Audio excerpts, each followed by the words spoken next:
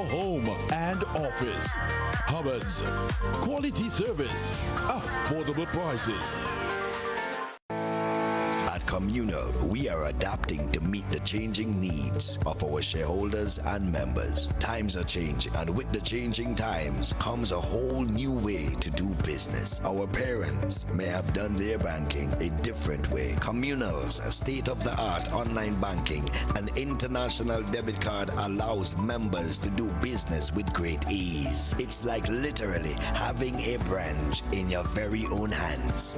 Need a loan? Apply online from the comfort of your own home anywhere in the world, and your request will be dealt with remotely. Want to transfer between your accounts or another shareholder? No wait time for transactions to update. Voila! Who needs receipts when you can receive them via e-statements on your mobile device and save the environment? Not a Communal member?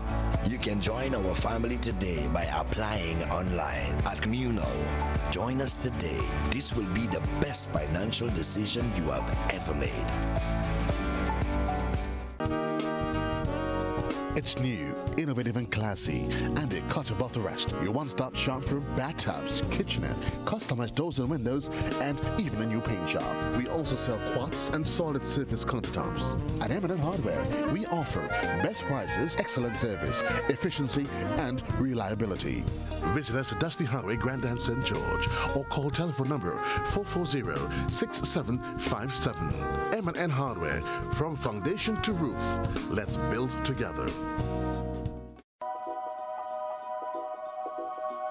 The Grenada Food and Nutrition Council remind you to boost your immune system and give yourself a fighting chance against COVID-19. Consume foods that are rich in vitamin C, like fruits and vegetables. For example, oranges, grapefruit, mandarin, lemon, spinach, cabbage, and tomatoes. Vitamin B6 and folic acid that is found in chicken, turkey, fish, grain foods like oats, bread, local provisions, dry beans, and peas. Another immune system booster is vitamin E, found in nuts, corn, sunflower or canola oils, and leafy vegetables like spinach, broccoli, and kale. Iron, zinc, and vitamin D are also important to strengthen your immunity. So try foods like lean meats, eggs, lentils, mackerel, tuna, and jacks. Our local spices,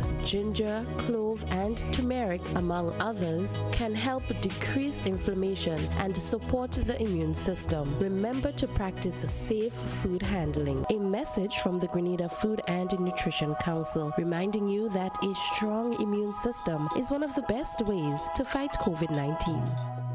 Raise it high up the ladder, let we set it on fire. A little more calypso, forget the funk and the disco.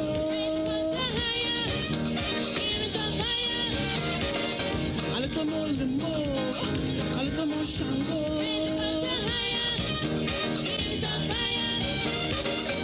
Find the greasy pole, and we don't dance round the maple.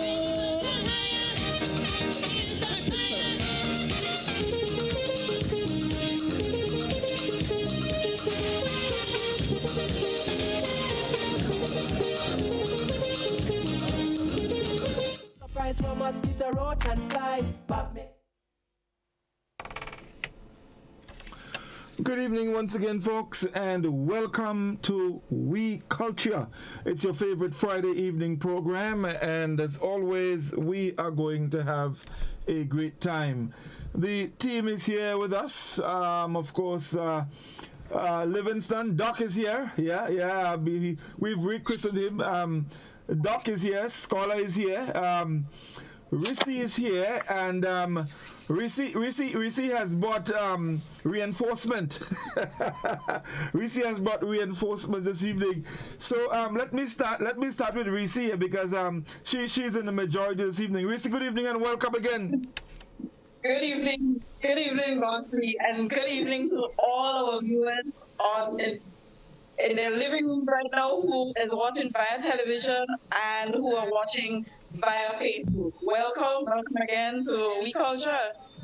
And let me give you the opportunity to welcome your reinforcements that you brought. Well, at my right hand is Nala Sam. Nala is a 10-year-old student of the St. Martin's Anglican Senior School, actually. She's in grade 5, and well, I can tell you that you overheard my conversation with you and the team about what we are going to discuss this week, and she gave her my back. So the invitation went out to her to join us for a bit for this program. So Nala, say what's up. Hi from GBI viewers and our viewers. Good evening, Nala, and we welcome you. It's really a pleasure to have you. So we hope to hear quite a lot from you throughout the course of the program. So, Doc, how are you going, man? Good night to the team. Good night to the team. And to all the viewers, well, we have a new member, a new visitor. Nala, welcome on the program. We expect you to contribute a lot. We heard from you that you are brave enough to face the entire team, so we know you would do well. But tonight, Godfrey, we expect a lively discussion, as usual, exciting. So we hear. I also believe it might be a little controversial. Finlay. How's your father? Well, man just easy. Yeah, well, I did too. Man just 2 pence on top, 2 pence on top, 2 pence. 2 pence on top, 2 pence. I'm chilling on the ends. Right. Actually, I have some great news to share with you guys. We have 2 gift vouchers to give away tonight on the program. As a matter of fact, shopping vouchers complements the food fair. So a little later on, we have some little colloquials that we're going to throw out there, and the first individuals that can give us the meaning, tell us what it means, they're going to win themselves a shopping voucher complements the food fair to shop online. So so things happening. Christmas in the air? Well, Christmas everywhere. So tonight, folks, we want to speak about some of the nursery rhymes and some of the stories that we were taught in school. And when this came up for discussion on the program, I took a little time to go back and check them out, and believe me, I am very surprised at what I am seeing. So we might have to hold scholar responsible, since he teach for most of his life. He might have to give us some explanation as to why we were taught some of the things we were taught. So we're gonna get into it. And folks, a lot of these things that we learn, in many ways, they have influenced our lives, the way we were taught, because it's all part of, well, our education. We learn a lot of these things in school, and so we are going to discuss them tonight. So, gentlemen, Doc, let me touch you first. Share with us one of your favorite nursery rhymes that you learned in Tivoli School. I was like Georgie Pachi. Put it on the eye. Kiss the girl and make them cry. You know? That was one of my favorite. I learned. One that was easy too was Baba Black Sheep. And now I listen to it more and more. Now after doing this program and I'm really looking at the wording. He leaves us at an uneasy feeling, but still. and that's the thing, because I don't know, because for me, I didn't realize that a lot of these nursery rhymes had dark sides and hidden meanings, and now I'm learning them, and I'm sure there are people out there like me who probably did not realize that. So we have a look at some of them, and we're going to talk about it and see what some of these hidden meanings are, and whether or not it was a good idea to teach us this kind of thing. So Godfrey, that's sort of ignorance here when we really not so sure about some of the meaning. I guess you sometimes escape the brunt or the negativity that is associated with it. But I think because I spoke to a few teachers, and some of them do see some positive, but I know we are aware that there are a lot of negative. But some teachers do see some positive, and I guess it might be really good to explore some of the positives. So we have a teacher on board. Yes. Finley. Finley, of all the hundreds of nursery rhymes that we learn, Doc's favorite is Georgie Podgy Put It on Pants. Kiss the girls and make them cry. Yeah. That's your favorite. I don't know why. Somebody. Every little boy like that one. Every little boy. Somebody asked one time, what would happen to see how we have moved culturally? Mm-hmm. What would happen today if Daddy Paddy kiss girl and make them cry? 13 years in jail. 13 years in jail, Georgie Paddy gets it. Daddy Paddy don't coming out in jail now. So, but those days we didn't see those things as any problem. And I really have to wonder if today they say these things in school still, because that to me might be very offensive. Georgie Padgy, we have built up all this kind of offensive thing. And those at Livingston would have spoken about. I expect that he would explain what those dark sides are and so on. Mm-hmm. But my favorite one for me of all time was Ding Dong Bell. Who see me well? Who could I? Little Johnny Green. Who put that out? Little Tommy Scout. And even today, this one might be very offensive. I think like children saying that Society for Cruelty, Society Against Cruelty to Dumb Animals, and they would take real umbrage with this because it speaks kind of to animal cruelty, mm-hmm. right?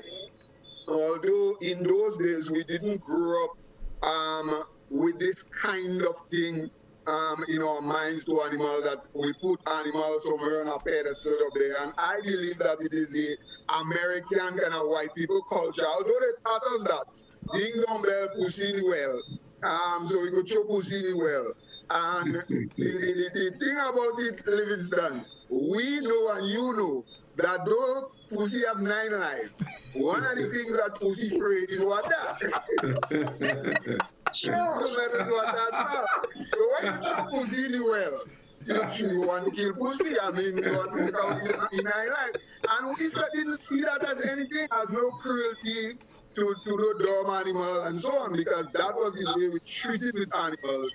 And today, culturally, this has changed, and as we have the infiltration of the American culture and so on, cats and so on right now in America are treated much better than plenty people, I saw a time, and I think a cat climb up a tree, they say the cat can come down, and police have fire 911. 911 to take on the cat from a tree. I mean, come on. You leave the cat after that time, the cat coming down from the tree, because cat climbing and they coming down from anywhere. But this is how they revere cat, and I guess we learn this thing. But we never had this thing for cats and dogs and so on. It's there, you kick dog and you do things. So that was how we learned it culturally.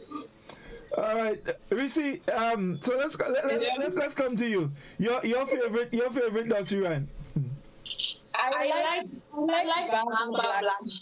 Okay. I don't know if Risi, hold a sec. I think what is happening, because you're close to Nala. We're getting a feedback. So right. So either that or one turns off, and both of you lose the same. Right. That's all I know. Right. So we working now. So yes, let's hear your favorite. Your favorite. Yeah, I don't know if it was. No, we don't work this game. You're still getting feedback? Yeah. You're still getting feedback? Yeah. Nala, you're here for me.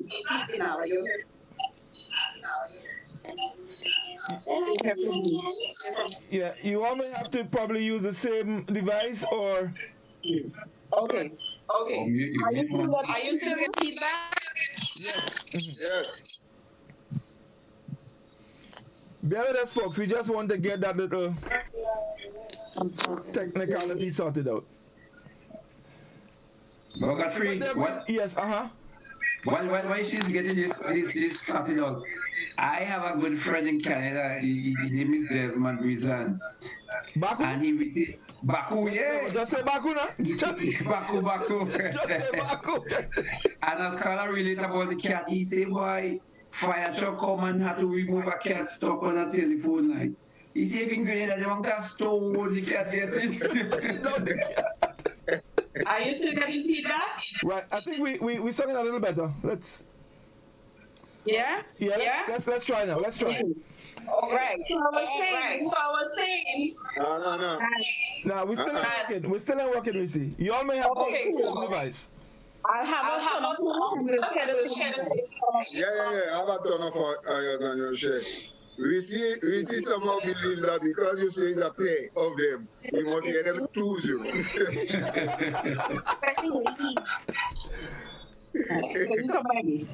Yeah, so let Nara come and sit next to the moms. Yeah. All right. So I was saying that Baba Black Sheep was my favorite. And I don't know if it's because I grew up with a lot of sheep. My father had plenty sheep. He never used to kill any, so it was they were family. And because of the word black, I think, in it, you always hear people talk about, I am the black sheep in the family, I am this whole thing about black and sheep, I had a soft spot. I had a soft spot for that. So that was always my favorite poem. And even when I had children, that was one that I sang to them all the time, Baba Black Sheep. So that was my favorite. Right. Nala, we're coming to Nala now. Nala, I'm sure you've been exposed probably more than us to some of these nursery rhymes. Tell us your favorite and let's talk about them. My favorite is Humpty Dumpty. Humpty Dumpty, yeah. Mm-hmm. What about Humpty Dumpty? Who would actually sit on a wall? And Humpty Dumpty was supposed to be. Wind is going to be high today. Who would sit on a wall? And that's because they portrayed it as if it was an egg. Yeah. But was Humpty Dumpty really an egg? I don't know, because they didn't even say it was an egg in the rhyme. Right. I think the other theory behind it is that Humpty Dumpty was the name of a cannon. All right. And that cannon used to be laid out on a wall. And during some war, I think it was, the wall got hit. And Humpty Dumpty fell to the ground. The cannon fell to the ground. So from what I am reading, it was never about an egg. Correct? Yep. Right. But Godfrey, can you get Nala to say, just for everybody? Nala, could you say it for us? Yes. Humpty Dumpty. Humpty Dumpty sat on a wall. Humpty Dumpty had a great fall. All the king's horses and all the king's men couldn't put Humpty together again. You could tell that Nala young, Humpty Dumpty, I know. It's the right thing, but we never say Humpty, it's Humpty Dumpty. Humpty Dumpty. That's what we know, Humpty Dumpty. Humpty Dumpty. Yeah, but... Now, my favorite was Jack and Jill. Yeah. Jack and Jill went up the hill to fetch a pail of water. Jack fell down and broke his crown, and Jill came tumbling after. Now, I don't believe nothing in that rhyme. Because I don't believe that Jack fell down and then Jill came tumbling after. You believe it's the other way around? I believe Jack pushed down Jill. So Jack pushed down Jill and he rolled after her. Well, as a matter of fact, I don't even believe Jack fell. Well, Godfrey, in the first place, I hardly know where we're going up the hill because I have a feeling it's stream, unless it's pipe. We're going up hill to get white water from stream with the stream coming down. But that's what I tell you. I don't believe that. I don't believe it. But Actually, it's, you see, yes, Nala? Jack and Jill was actually about a miscarriage of a pregnancy.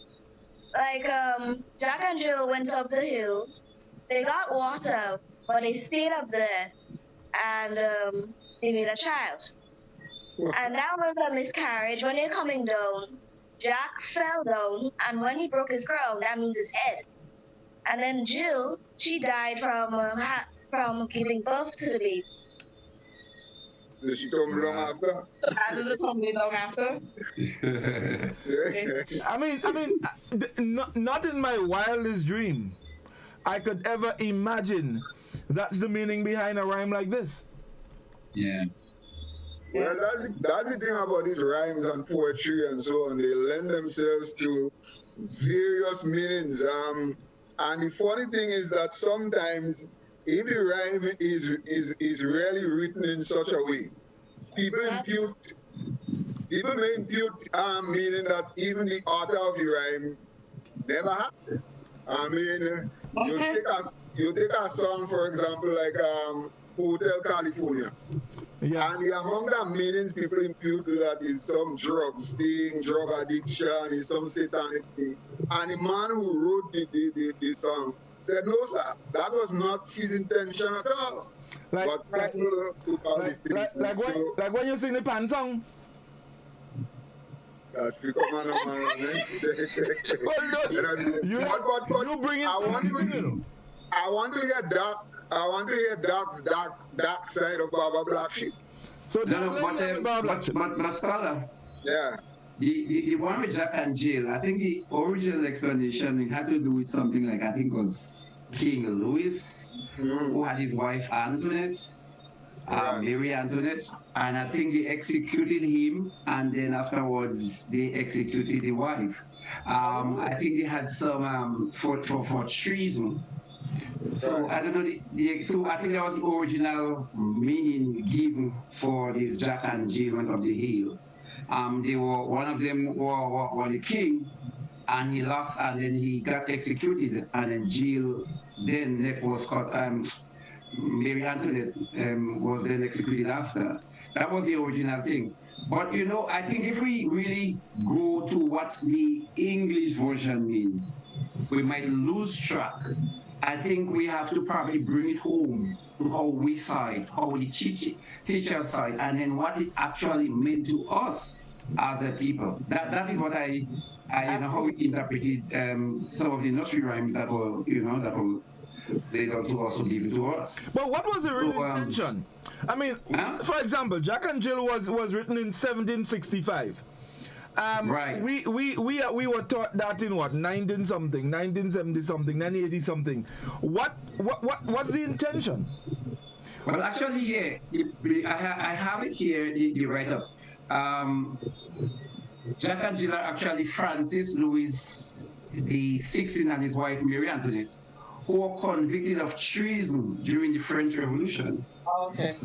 Yeah, otherwise known as the Reign of Terror and beheading. Jack or Louis XVI lost his crown, that is his throne and his head, and Jill or Mary Antoinette's head soon came tumbling after. But if we probably stick into that, we might lose the cultural context under which we probably should be discussing those nursery rhyme, because we could go back to what was the original meaning and what happened and how the nursery rhyme developed. But I think it would be very important to probably forget that, because I don't think most of the teachers and most of us, although you see that was written in, an example like the Baba Black Sheep was written in 1776. No, that was during slavery. The point I'm making, if we go back to the original meaning, we might lose track, because most of the teachers that taught the nursery rhyme had no inclination of the origination or the meaning. You know, some of them say had that side. So I think we probably should investigate what it meant to the Grenadian teacher. Livingston, if you notice, right, nursery rhymes were taught to us at a very tender age. Right. From preschool, we were learning all these nursery rhymes, and I think it had to do with cognitive development, being able to identify words, exactly. Being able to new words and being able to see the differences in words, learning about things that sound different and things that sounded indifferent, rhyming. So I think it had to do with speech development as well. Right. And when you repeat things, you learn things. So the nursery rhymes were repeated almost every day. Again, it was fun, and it's also some of them are like what we call energizers today. You get children to calm down by getting them to recite things and to do it together. So there was a lot of learning. I am agreeing with you, but I'm also saying that the teachers that taught that, they never, most of them never learned and never taught the original meaning. So what you just said, I think that is what they meant. That is what they got from the nursery rhyme, even though it had a dark side in its development or in its origination. It had its dark side, but what actually it meant to them is probably what you just explained there and more. I think they were taught the nursery rhymes. I think it was handed down. Right. It was handed down from teacher to student, becoming teacher, and But you see, guys, I take your point and I agree. But I also believe that now that we're seeing the origin and some of the meanings, we are now understanding that these things, men didn't just sit and just write that just like that. Because they meant something. And I think it's important that we, as much as it's important to look at how it impacted us as children when we were taught, it's also a good thing to understand where they came from, and the meaning of some of them. Because what is happening now, even today, some of these rhymes and stories, they have made changes. For example, Baba Black Sheep, they had removed the word black from it and replaced black with rainbow, because they felt that black was offensive. So they use. I've never seen that. I would like to hear the new version. Yeah, I saw it. I'll try and get it just now. But I did see that they had replaced it because they felt that it had this sort of racial connotation, and so they replaced black with Baba, rainbow, and this kind of thing like that. So so yes, but guys, we need to take a break now. I don't want to forget the break. Let's take the break and then we're gonna come right back. So stay with us, folks. We'll be back with you in just a moment. Let we set it on fire.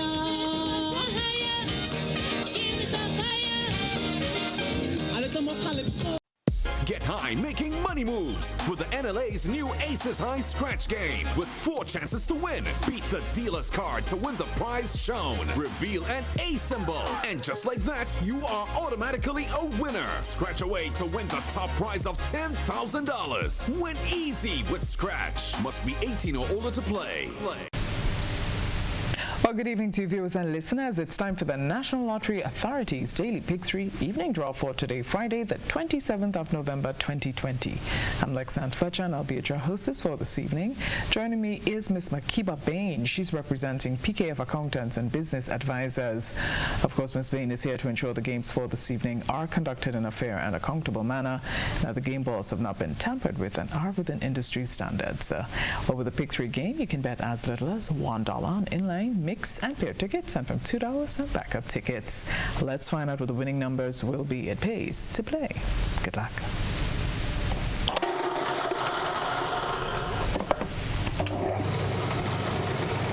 right, you should have your tickets out by now. Please check them. First number up is 7. Second number 5. Third and final is 0. So just to quickly recap for your benefit, first number up was 7, the second number 5, third and final 0. If you're a winner this evening, congratulations to you, and do stay tuned. If you've got your tickets for the Playway draw, well, that comes up next. We'll see you then. Tick, tock, toe, I win. Feel like a big kid again when you play NLA's new scratch game, Tic-Tac-Toe. It's instant cash on the go. Reveal 3 X's or 3 O's in the same row, column, or diagonally, and win the prizes shown, or as much as $5,000. Win easy with Scratch. Must be 18 or older to play. Tic-Tac-Toe, please. Give me a tic-tac-toe, please. Tic-Tac-Toe, please. Well, it's time for the Playway draw for this evening, Friday, the 27th of November, 2020. Standing in with me once again is Miss Makiba Bain. She's representing PKF Accountants and Business Advisors. A quick reminder with the Playway game, all you got to do is bet as little as $1 up to $10 on increments on any number or dream symbol of your choice, and get to win 24 times the amount you bet. That's $24 for every dollar spent. Let's find out what the winning Playway number will be for this evening. Value your dreams, win your way with Playway. Good luck.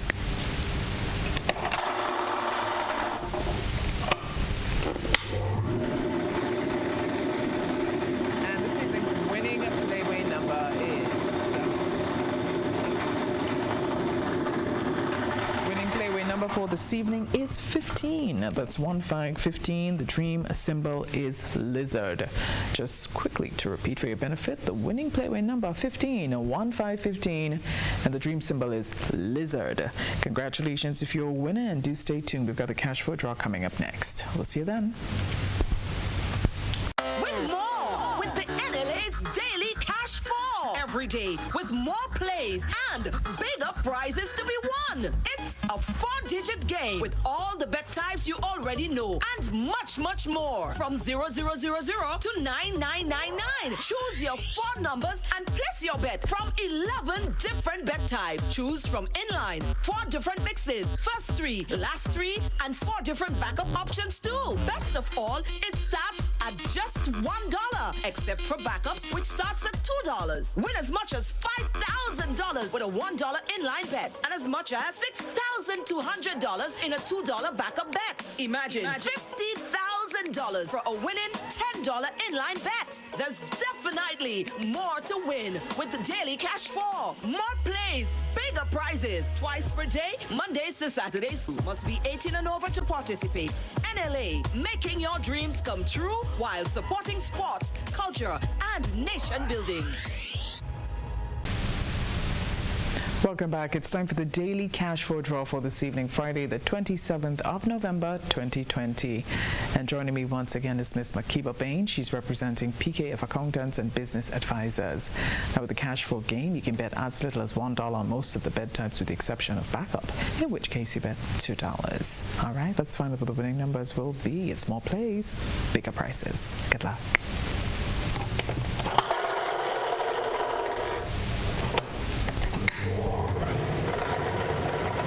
First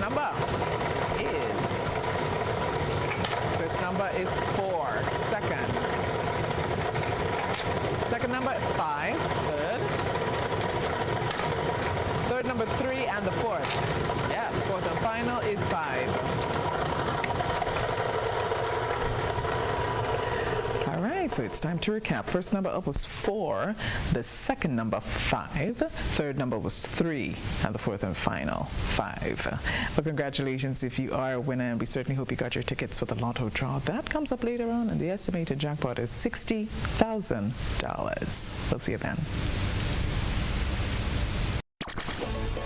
I'm a winner, you are winner, we are winners, winners, winners. It's the big one. Grenada, imagine Imagine winning $25,000 and up to 6 times by scratching just one lotto ticket. Get your triple cash scratch tickets for a chance to live your best life. Win easy with Scratch. For just $3, match any of your numbers to any of the winning numbers and win the prize shown for that number. Reveal a money bag symbol and win the prize instantly. Triple cash scratch in stores now. Must be 18 or older to play.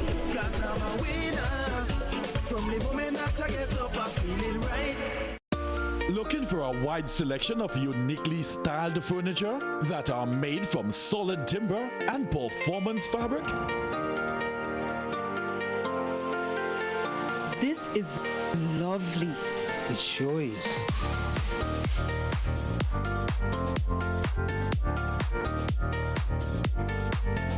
Look at this.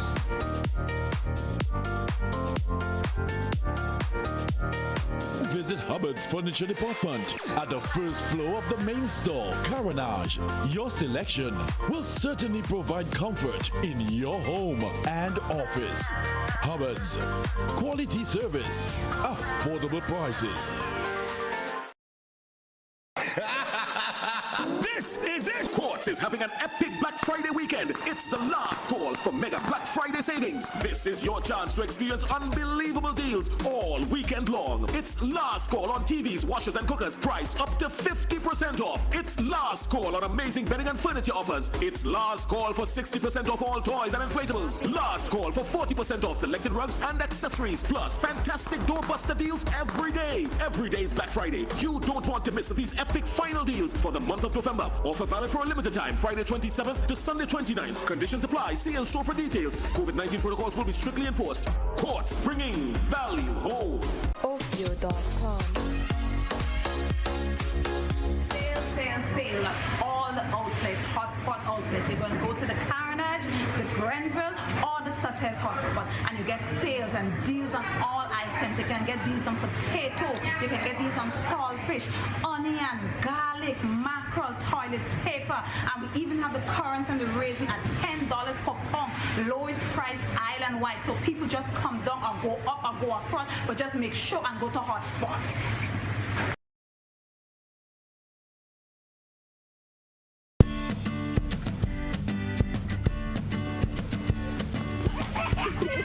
Physical activity for a better sleep.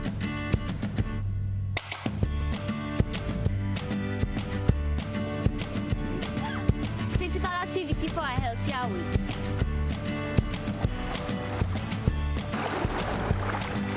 Physical activity for healthier skin.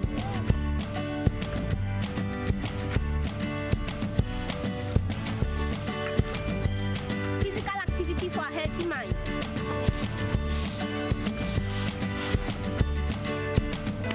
Physical activity for strong bones and muscles.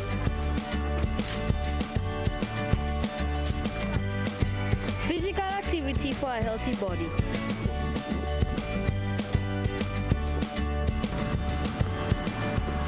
Physical activity to reduce stress. Physical activity for a healthier and happier you.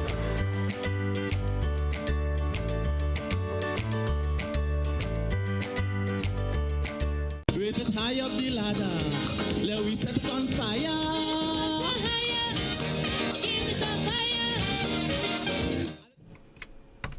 Welcome back, folks. All right, so guys, Rissy, let's go to Facebook, see what's there. When we come back, I'm going to just quickly share with you the adjustment to the Baba Black Ship, and then we would go to our telephone lines and hear what our callers have for us. Let me just hold on.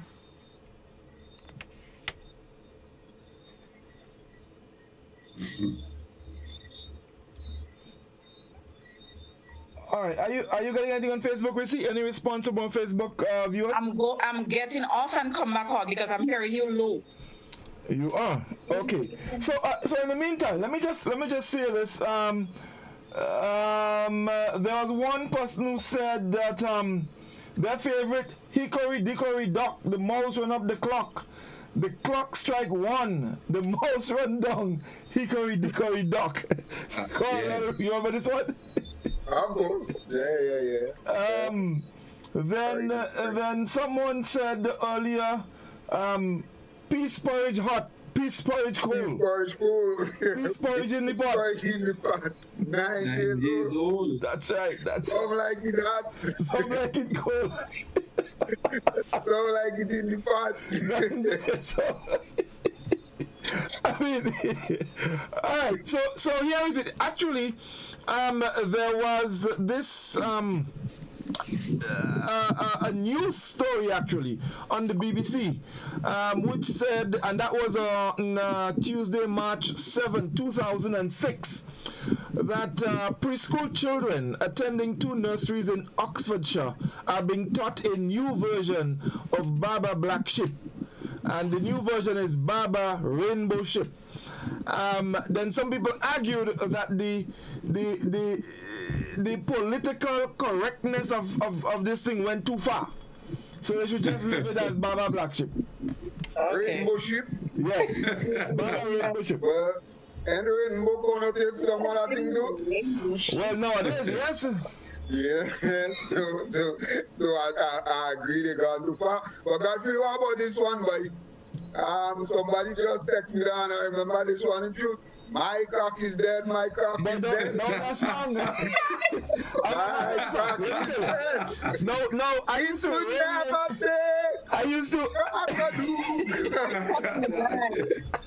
Let me tell you, I used to enjoy that song because there was a way we sang it. No, for example, you would divide the class, and then one side would start, and then the other side would start. So you have this always overlapping. So my cock is dead, my cock. Then the other side start. My cock is dead, my cock is dead, and I mean that was my favorite I think we have a good opportunity to demonstrate that. You start. You on Scala, put up your Calypsonians, then Scala follow. I don't know if Reese is as good, but no, I'm really not in that category. Yeah, so let people hear. I mean, the only thing with you is forget what you sing. I know that. But well, I never had a singing voice. Well, let people hear that. You've recorded a number of pieces. So Scala being the 9-time Calypso monarch, you start. I would come in after. Yes. God, if I start, I'll be lying because an old hen I'll be looking over there. I won't be telling the truth. You know what, guys? Let's go to the telephone and see who is with us, all right? Yes. We culture, good evening. Hello? Oh, yes. Yes, go ahead, please. Go ahead, caller. Because Scholar cock is dead. Don't keen kin. Don't keen kin because the cock is dead.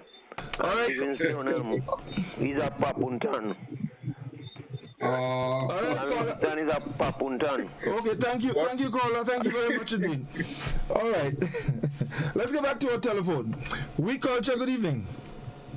Hello? What that mean? All you know what that mean? Sakit and Palelot. You know what I'm saying? I'll listen to that. The people didn't move from last week's program at all. No. Let's go back to the telephone. We still in last week. We culture, good evening. Hello? Hello, good evening. Hello? Yes, go ahead, please, caller. Caller, go ahead, please. We're hearing you. Can you hear me? Yes, we're hearing you. Oh, I'm very sorry there. Listen, couple of things I'd like to talk about. It seems to me that certain people are hearing out there, but they're not listening because, as far as I'm concerned, this program deals with nursery rhymes. And I want to highlight these two words. In our understanding of the state of or levels of education, nursery school, the beginning. There are various names. In German, it's called kindergarten. And even here today, we call it kindergarten. But it's not garden, it's garten. Sure. And the truth is that these rhymes had a purpose. You have to remember that our colonial masters wanted to teach us the English language. So here are some of the reasons. And it's strange to me. I must indeed make this comment. And by the way, before I go any further, scholar, pay attention to would have plus the past participle. There's no other way I can tell you. I sat here and I heard Livingston say other things, some things, and I heard you afterwards say you would have said it. No, he said it. Pay attention. You have to pay attention to that because indeed you sound ridiculous. But let's go on. When words are used for the purpose of poetry, rhyming comes in. And this, let's take a look at one. Mary had a little lamb. Its fleece was white as snow. Pay attention. There's a purpose for the end of one line. The Calypsonian should know this. Sometimes they rhyme with the second line, but the first line may also rhyme with the third line. And sometimes it does not. The second may rhyme with the fourth. For instance, Mary had a little lamb, its fleece was white as snow. And everywhere that Mary went did not rhyme with lime, but the lamb was sure to go. It rhymes with the second one. The purpose was to teach rhyming. Another significant thing, it was also to teach songs and to show that certain words may be spelled totally differently but have the same sound. Baba green sheep, if you want to mix the colors. Baba green sheep, have you any wool? W-O-O-L. Yes, sir, yes, sir. How many bags? I can't remember. Full. F-U-L-L.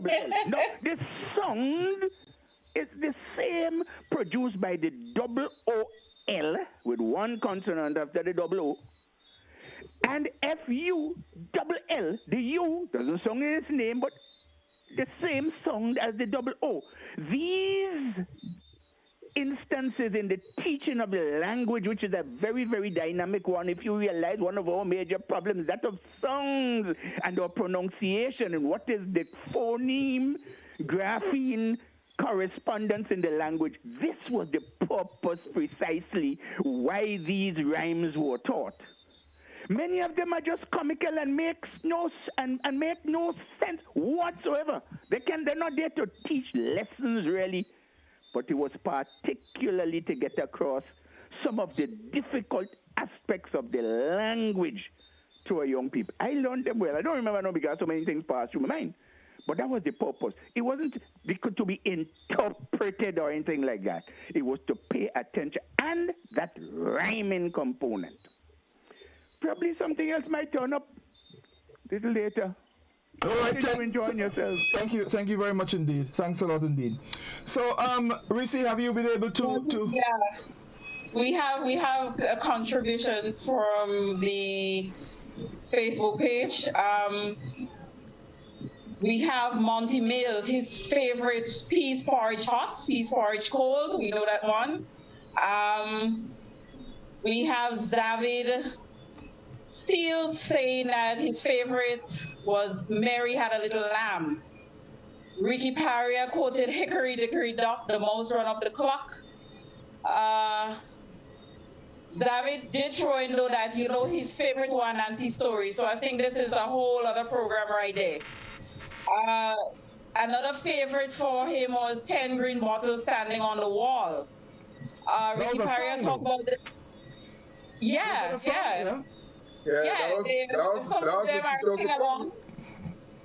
Yeah, there was an old woman who lived in a shoe. She had so many children, she didn't know what to do. She gave them some broth without any bread and whipped them so strongly and sent them to bed. There was also a little boy, Blue, come to your horn. What she give them?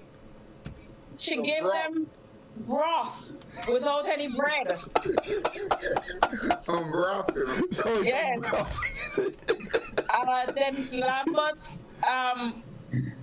speaks about Peggy on the hall on the railway picking up stones up from the fire engine and crush out Piggy's stones.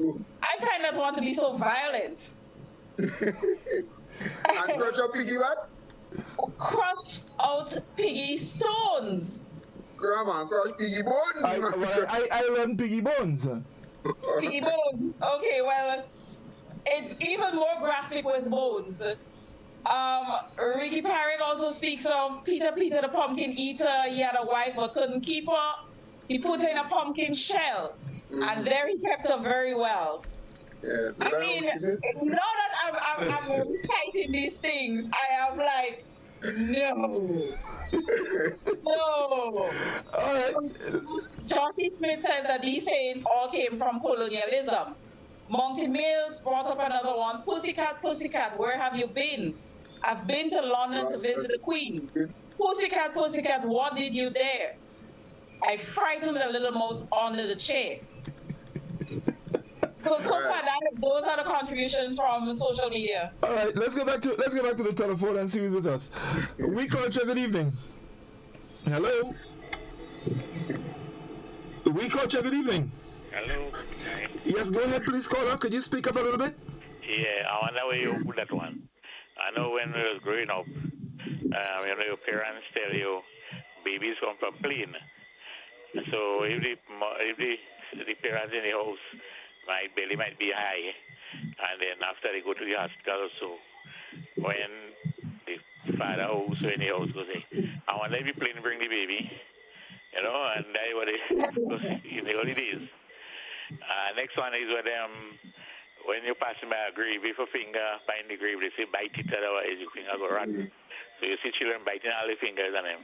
You have to make sure that they're safe. Marjorie, I think it's safe to say that last week and the week before program has been insatiable. They're not satisfied as yet. Well, it's we culture, so we going. It's we culture. Let's get back. Welcome. Let's get back to the telephone. We culture. Good evening. Good afternoon. Yes, go ahead, please.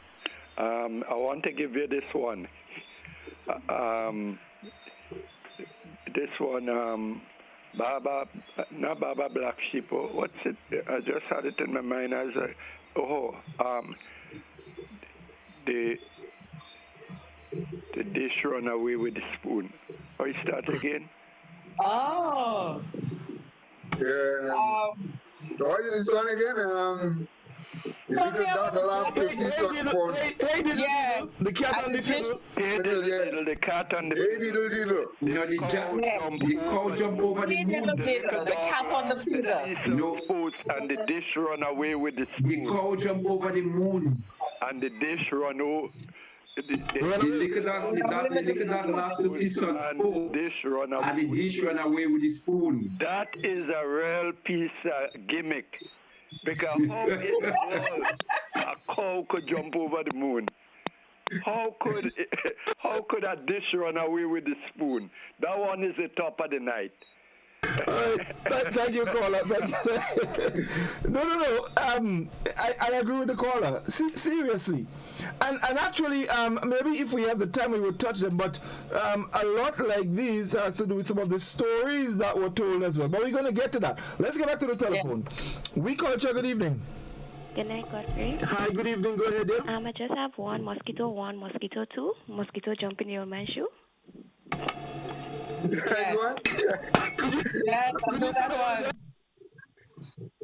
Could you say it again, caller? Mosquito 1. Apparently, she left. Mosquito 1, mosquito 2. That's like a Caribbean poem, you know. I'll find some mosquito going to the man too. That's only a grenade one. That's not grenade then. That grenade, I'm not sure. Let's get back to the telephone. We culture, good evening. Hi, go ahead. Good night. You know, I was watching the program and I saw 3 men. I wondered how come y'all didn't say rub-a-dub-a-dub, 3 men in a tub.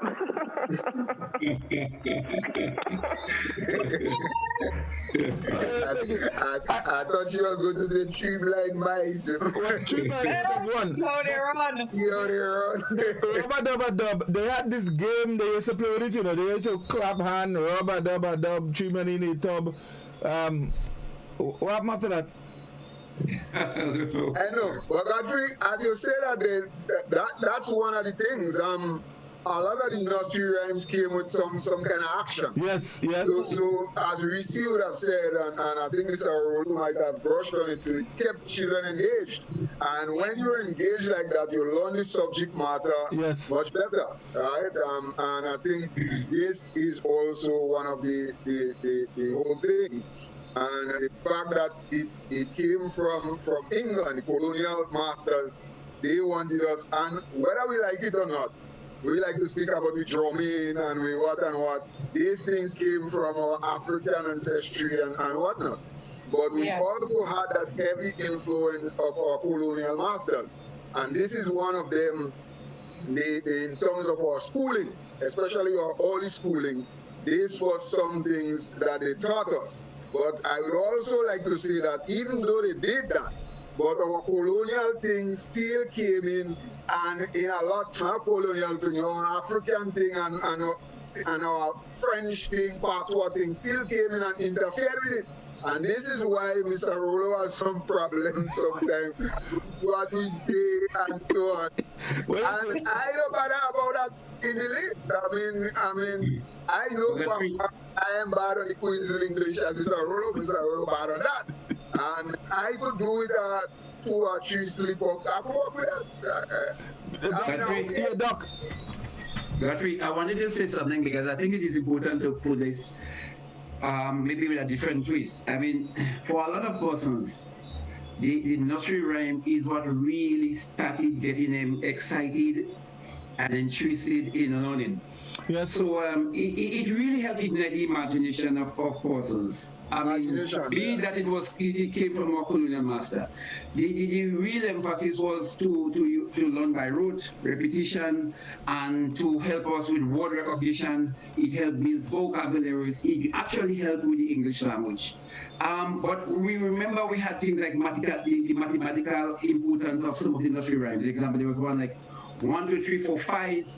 Once I caught a fish alive, and 6, 7, 8, 9, 10, then I let him go again. I mean, apart from the counting, you start to have a lot about word recognition.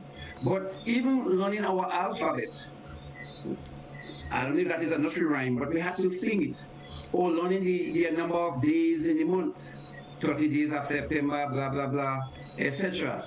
Even today, in terms of which come first, the L or the O in our alphabet, and some big persons sometimes still have to say A, B, C, D. It's like you're still singing it. Right. Some big persons, so me too, I have to do that. Yeah. So and since that time we kind of learned that, or checking and or counting, and then we start with 1, 2, and then we reach 20, 21, or 20, 20.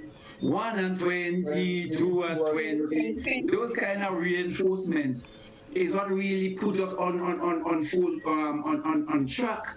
So I think it is very important that although that is what I was saying, let us not focus on some of the dark meaning, but also the relevance, or how our teachers use the nursery rhymes to reinforce our vocabulary, the word recognition, some of the substitute, etc. For us, and that is the foundation that they actually use. So when a teacher is using that, the emphasis is not going back to the days of what happened or how it originated, but yeah. So that was one of the, I think, the positive things, some of the positive things. And I know we're going to go to a break just now, Godfrey, but just one final point before. I was trying to find today's relevance to similar nursery rhyme, and if we as a free people, we must make our nursery rhymes, because it's very important for us to do that in our way, using things that is really close. The closest thing I could have come to was this song. I think it was done by some Colin something. It says 1 cent, 2 cents, 5 cents, 10 cents, dollar, the Calypso scholar. Okay, why you presenting like that? I mean, come on, you could do a better rendition than that. We say I really cannot sing, so I'm hoping Scala, but Scala so unwilling is not helping at all. 10 cents, dollar. Yeah. So and children repeat, and children get to know those things on them. And the intention was not to create an educational tool, But I'm just saying, if we could continue using that kind of format, we could replace some of the old English rhymes and use our own, but make it show that it is serving the same kind of purpose to get us grounded in language, but using instead of saying A for apple, B for bat, we should try to use things that is grown in Grenada to reinforce what is happening in Grenada, so our children get grounded with our culture while they learn the same alphabet in the same process. That is the kind of. Let's take our final break, and when we come back, then we will take more calls and see what's on Facebook.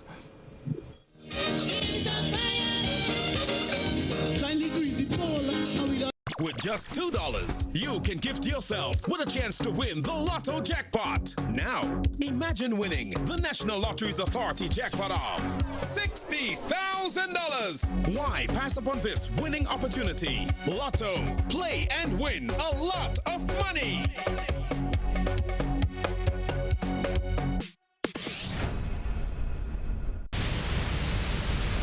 Well, good evening, viewers and listeners. Welcome back. It's time for the National Lottery Authority's Lotto draw number 3145 for this evening, Friday, the 27th of November, 2020.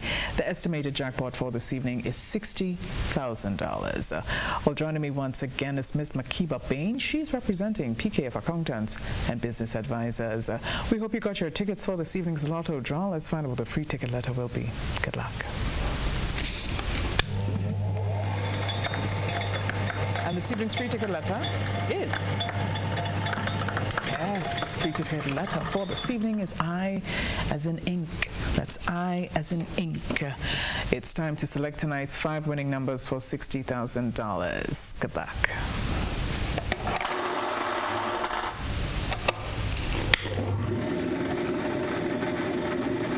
All right, check your tickets. First number is, first number up is 7. Second number 14, third.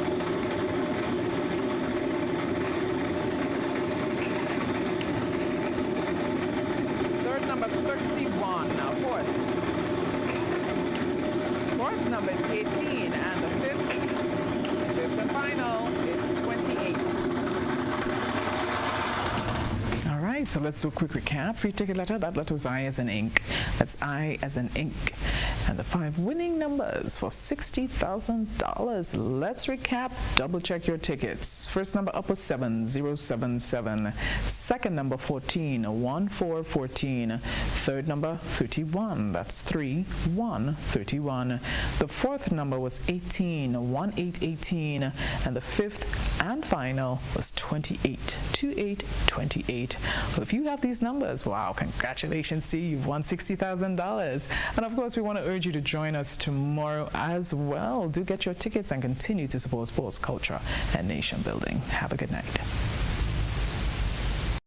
Tick, tock, toe. I win. Feel like a big kid again when you play NLA's new scratch game, Tic-Tac-Toe. It's instant cash on the go. Reveal 3 X's or 3 O's in the same row, column, or diagonally, and win the prizes shown, or as much as $5,000. Win easy with Scratch. Must be 18 or older to play. Tic-Tac-Toe, please. Give me a tic-tac-toe, please. Tic-Tac-Toe, please.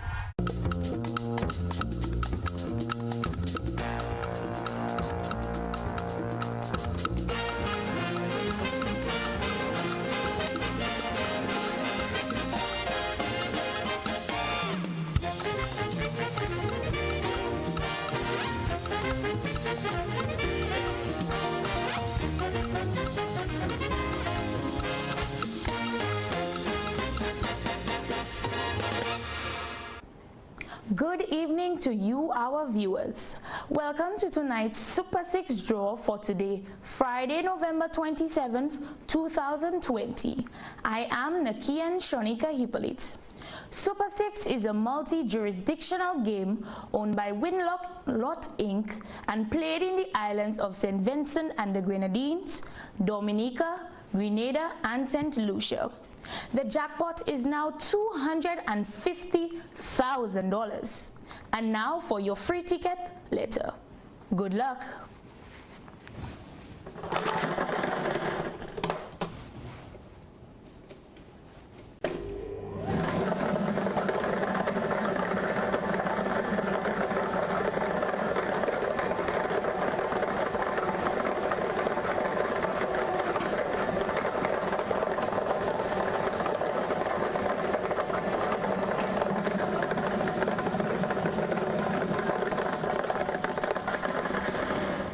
Your free ticket letter is H.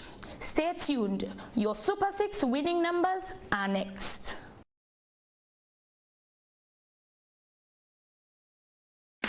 More jackpot money, more reasons to play this game. More money for way. Super 6 a bigger jackpot game. Now you love Super 6 even more. With more money. The jackpot galore. Play more, win more, have more fun. With more jackpot money. Super 6 is my number one. With the new and improved Super 6 game, the jackpot keep growing and growing. I'm growing. More jackpot money, more reasons to play this game. More money for way. Super 6 a bigger jackpot game. Super 6, bigger jackpots, more chances to win. Welcome back. And now for your Super 6 winning numbers. Good luck.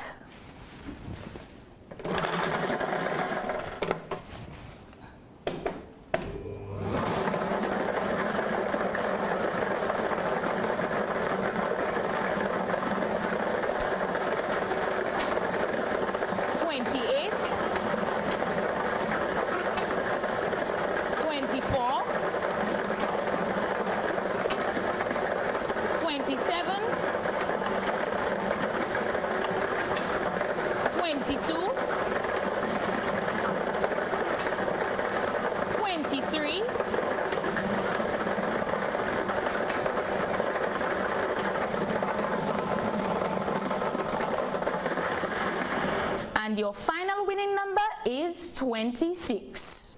Once again, your winning numbers are 28, 24, 27, 22, 23, 26. Your Super 6 winning numbers were supervised by an auditor from KPB Chartered Accountants. Please contact your relevant Central Lottery office for further information on the payment of prizes. Thanks for playing with us. Remember, with Super 6, there are bigger jackpots and more chances to win. Join us for our next draw on Tuesday, 1st December 2020. Until next time, I am Nakia Shonika Hippolyte. Have a pleasant evening.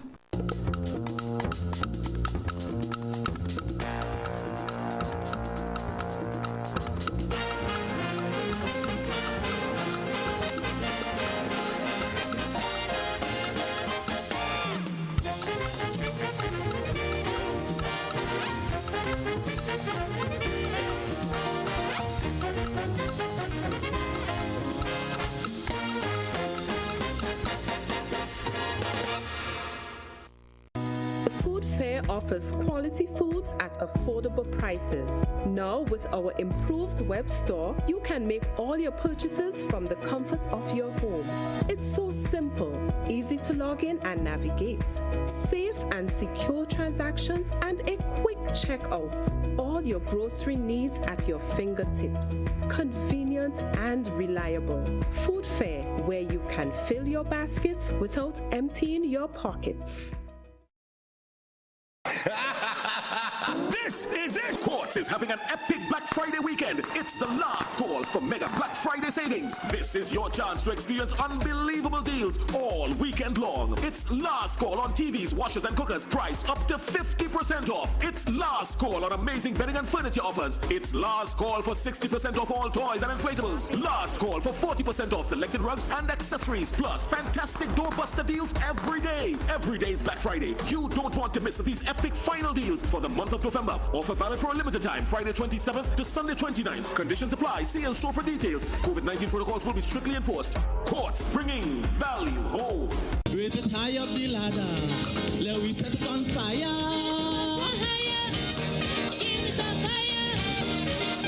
A little more calypso. Forget the funk and the disco. Welcome back, folks. It's We Culture. Just in case you're just joining us, Reese, can we go to Facebook? I'm seeing a lot of comments there. Yes, there's quite a lot of input happening here. We have Tarana Bernardine. She's saying Bakerman, but I think we knew that as pata cake. Baker's man, bake me a cake as fast as you can. Pat it and prick it and mark it with B. And put it in the oven for baby and me. Belfont contributed that Sparrow had a song on those nursery rhymes. Little Tommy Tucker sings for his supper. What shall I give him? White bread and butter. Tara also contributed Rubber Dub Dub. There were 3 men in a tub. A butcher, a baker, a candlestick maker. They all jumped out from a tub. No. I think what's missing there, Nala? It's actually a rotten potato, not a tub. Oh, a rotten potato. Yes, indeed. Right. Ricky again, Little Miss Muffet sat on a tuffet, eating her cuds and whey. There came a spider, sat down beside her and frightened Miss Muffet away. Dorian Joseph, Jack Spratt can eat no fat, his wife can eat no lean. And so between them, they lick the platter clean. Doreen Joseph, shoe fly to bother me, mosquito in your family. That has to be Canadian also. Kenny Pascal contributed an interesting one. Annie Rooney is my sweetheart. I love Annie and Annie love me. When we both get married, we will never ever depart. So kiss me, Annie Rooney, my sweetheart. I have never heard that one before. That's an adult rhyme. I don't know. My name has lost a shoe. My master's lost his fiddling stick, and she doesn't know what to do. 2 little dicky birds sitting on a wall. That's something we used to play at first. Piggy, piggy, on the way. We're picking up stone. Don't cry, piggy. That's not fair. Twinkle, twinkle, little star. That's I think one of the most popular nursery rhymes. 3 little kittens has lost their mittens. That's another. 1, 2, buckle my shoe. 3, 4, shut the door. 5, 6, and that goes all the way up to 20. Mary, oh, Scholar, I just want you to know that your friend Beast is watching. Mary, quite contrary. How does your garden grow? And I think Nala has something to say about that a little later in the program. Little Bo Peep has lost her sheep and can't tell where to find them. There was a crooked man. That used to be one of my favorites also. And he walked a crooked mile. He found a crooked sixpence against a crooked style. 3 blind mice, see how they run. Little Jack Horner sat in a corner eating a Christmas pie. Row, row, row your boat gently down the stream. So far those are some of the contributions. I mean, and we have loads on our WhatsApp page. Right. There's one Rockabye Baby on the treetop. When the wind blows, the cradle will rock. When the bow breaks, the cradle will fall, and down will come. Baby cradle and all. Yeah, baby cradle and all. Let's see. Well, 1 to buckle my shoe, that was there. Then we have Hickory Hickory Dock. Someone is saying the overlapping singing. I think it was called singing in rungs. When we were doing My Cock Is Dead. Right. That's then there's one.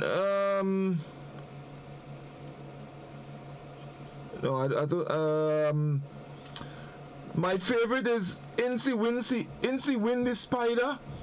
There's another one. The moon has a face like the clock in the hall. She shines on thieves on the garden wall.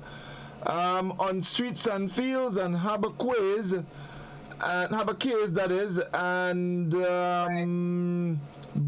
brides asleep. No. I think I've mixed it up. No. And brides asleep in the fox of the tress. Well, I don't know this one. Livingston, here's yours. Georgie Porgy, put it in pie. Godfrey, there's one that I ain't hearing at all. And that was one of my old favorites too. Well, say it first. This little piggy went to market. This little piggy stayed at home. This little piggy had roast beef. This little piggy had none. I mean, a little piggy had roast beef. That could never be about piggy. No. Piggy had roast beef. So let's go back to our telephone. The phone is going like crazy. We call you. Good evening. Hello. Yes, gentlemen, lady and gentlemen. Yes, go ahead, please. Yeah, a couple things. Sakitan Palilot, Jonathan Kite, Hiale. That is one they used to have when somebody died. The village crier would go around and say, Sakitan Palilot. Who here tell those who didn't hear? So and so died. That was it. And concerning all these nonsense, Godfrey, in the 40s and in the 50s, we had the Royal Readers. And the Royal Readers were very high quality books. And when the British realized what was going on here, they sent Geo Cottridge, I think it's Geo Cottridge, to the Caribbean. And he came up with the West Indian Readers. And that is where he came with Dan is a Man, the Van, and a Cow Jump Over the Moon. And in 1960, Sparrow sang a calypso, either 60 or 61, Sparrow sang a calypso about Dan is a Man, the Van. And he said that the British tried to make us fools by giving us these fables, these nursery rhymes. So I don't know if you remember the calypso, Dan is a Man, the Van by Sparrow. And that, I remember, University of the West Indies began to recognize the value of the Royal Reader and the way the British were trying to downgrade the quality of our education. And in Grenville, in the Methodist School in Grenville in 1962, there was, I can't remember the full name, but there was a lecture in the Methodist School in Grenville concerning that, because Sparrow awakened the consciousness of the so-called intellectuals in the Caribbean. Yes, Godfrey. So Cottridge tried to kill us because the Royal Reader, when fellows like Ben Jones and them went to England, they were able to do the A-levels, the O-level, where it was Senior Cambridge, and the HSC. And Ben Jones told me that he was able to pass both of them in the same year. And they wonder how he could do that. And he never went to a secondary school. So the British recognized the quality of education we were getting, and they decided to undermine that. Thank you. Thank you very much, caller. Now, guys, we have 2 vouchers that we need to give away, and the questions are: so you need to call and tell us or explain to us what penny upon 2 pence means. So anyone who can call and tell us what penny upon 2 pence means, you would win yourself a voucher, compliments the food fair. So let's go to the telephone again. We Culture, good evening. Yeah, good evening. Yes, caller. Can you tell us what penny upon 2 pence means? 1 foot upon the other. When you cross it, 1 foot upon the other, put the penny on 2 pence. All right, caller, stay on the line. Don't go. All right, I have to get your name because you've just won yourself a food voucher, compliments food fair. All right, so stay on the line. Don't go anyway. So guys, you all need to continue the conversation a bit while I just get the particulars of our winner, and I'm gonna come back to you all. So let's hear some more. Maybe some of the Facebook and from the social media. Yeah, we have Say who has contributed row your boat. Jose Honesto was actually answering to that question that was asked earlier, but someone has already won. There are other poems, other nursery rhymes that are very popular, like, for example, Polly put the kettle on, pop goes the weasel. Half a pound of 2 penny rice, half a pound of treacle. That's the way the money goes, pop goes the weasel. There are others like Sing a Song of Sixpence, Rum and Rum in the Garden. This old man, he played one. He played Knick-Knack on My Thumb, and that was a sing-along as well. With a knick-knack, paddywhack, gave a dog a bone, this old man came rolling home. And then you would go to 2, 3, all the way up to 10 in certain different words. But also Ring a Ring a Roses, that was another popular one. Ring a Roses, a pocket full of posies, a tissue, we all fall down. I think there's a ashes part of it also. quite a lot of nursery rhymes. All right, let's go back to the telephone. We Culture, good evening. Good evening, Godfrey. Good evening, Nala. Good evening, Reese. Good evening, Caller, and good evening to everybody. Right, Caller, just before you make your contribution, I have a question for you, and if you can give me the correct answer, you would win yourself a food voucher, compliments, food fare. Godfrey, why you want to bust my brains for? So no, it's a simple question. If someone is moving and you tell them they're moving with like breakneck, what does that mean? Lightning. Lightning? Or fast. Say that again? Fast. But they're moving fast. You're moving very fast. Or they move right. So breakneck speed. They're moving very fast. Right. Okay, very good. You are correct. So you can make your contribution, but then don't go off the line. I need to get your information. All right? Okay then. So go ahead. The favorite one for me was a boat in a sinking boat. And growing up as a little girl, you know, I grew up by a river. And that was a favorite one for me, growing up with my brothers and them, because when the river is overflowing and the water dirty, we get a chance to go in the river and bathe. And you know, growing up in them days, now you're not so rich the way the rich man clothed on the way. So when you had them little, you know, your mother take a little cloth and make a little panty for you, and you had a little string and thing, you know, and a boat, as fast as you go in a boat in a sinking boat, you know. You're enjoying it because the little bloomers falling down. And in them days, we didn't have the type of people we have around now. It was fun for us growing up in them days. A boat in a sinking boat. And then you take your coconut shell now, you burn it with you burn the fiber, and you put your little piece of flex in it, and you make your boat. And your boat going down the river, and that was real fun for us. And you have a lot more, but people repeat it already. But that one was a favorite one for me, growing up by the river. And then the other one is, somebody said it, who is going around Tanty, mellow little fellow? You know, all them little rhymes and them. It used to be very interesting for us growing up as children. All right, so caller, stay on the line. Don't go anywhere. I need to get your information so I can tell you how to get your voucher. All right, so stay with us. So, Doc, you have not said anything in a little while. Godfrey. When you're taking the information, turn off your mic. Yes, my mic was off. All right. Well, we hear you taking your information. Hey, well, I wonder what happened there. All right. Okay. Good. So, so Doc, let's hear from Doc while I take the information again. Well, maybe yeah. I am. There are a few things though. So earlier on, I kind of noted what I consider to be the positive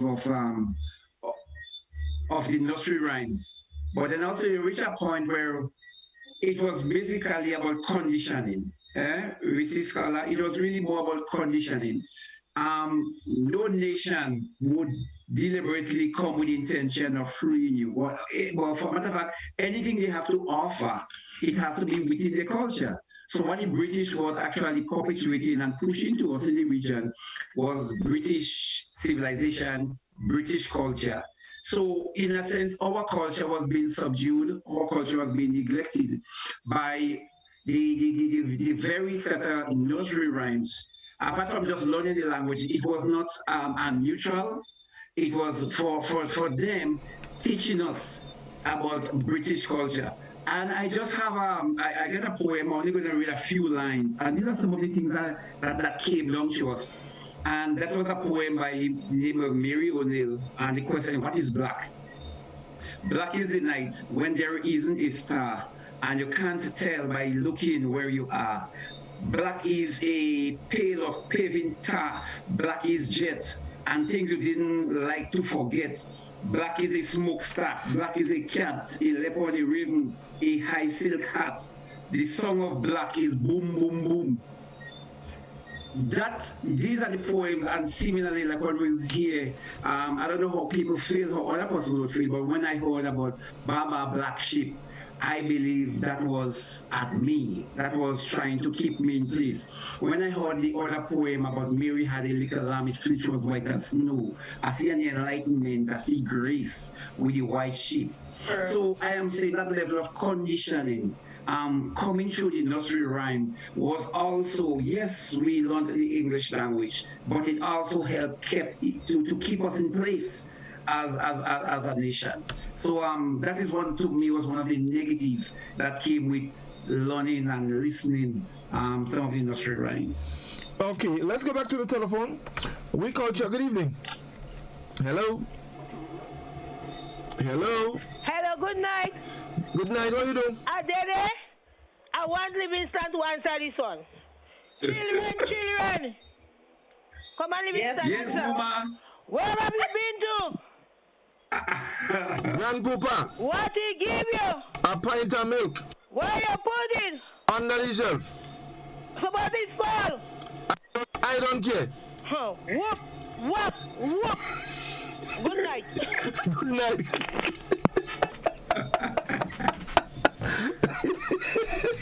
Oh, that is one I have not heard in a long time, Godfrey. Definitely. Yes. Well, just like me, but as she started, it just came back. It just came back to me. It just started coming back to me. Let's get back to the telephone. We culture. Good evening. Yeah, good afternoon. Go ahead, caller. What are little boys made of? Yes. Yes. Slugs and snails and puppy dog tails. Puppy dog tails. And little girls made of? Sugar and spice and all that's nice. Okay, you're welcome. Thank you. Godfrey, that one is a technical one. Eh? Very much. You know, guys, we didn't get to talk. We haven't gotten to touch on some of the stories that we were told that was read to us, and like nursery rhymes.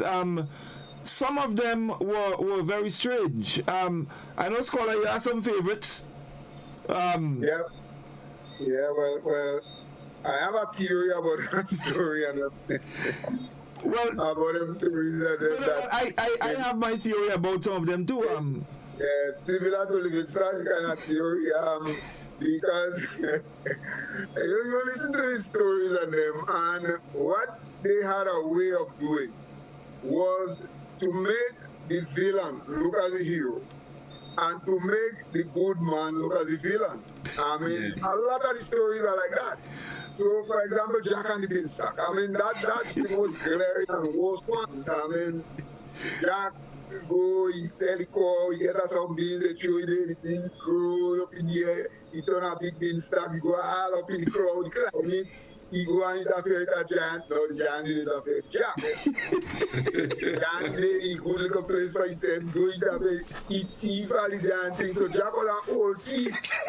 Thief all the giant thing. He thief all the giant thing until the giant run behind him. And he still kill the giant then? Look the giant then. The giant look like the bad man. Although the giant never interfered with Jack. Right? And Jack is the one who interfered. It's the same thing like you have one of the Three Billy Goats Gruff. Mm-hmm. You know that one, Livingston? Yes. Three Billy Goats Gruff. With that trawl below a bridge. The trawl how you bridge, you know. The trawl they go in and interfere. The trawl broke. They put the trawl, they kill the trawl. And the trawl was the one that doesn't interfere with nobody. Same thing with Rumpelstiltskin, as a matter of fact. Rumpelstiltskin is the worst one, as far as I'm concerned, because first of all, you have a father, he go, he lie, he say the girl could she can't. Right? The king come, the king tell the girl, well, make gold from straw. More the girl thing, she started to cry until he come and the man full of shot to help her. He weave the gold from the straw. The king greedy, because more he get gold, more he want. So all this man him no good, the father no good, the king no good.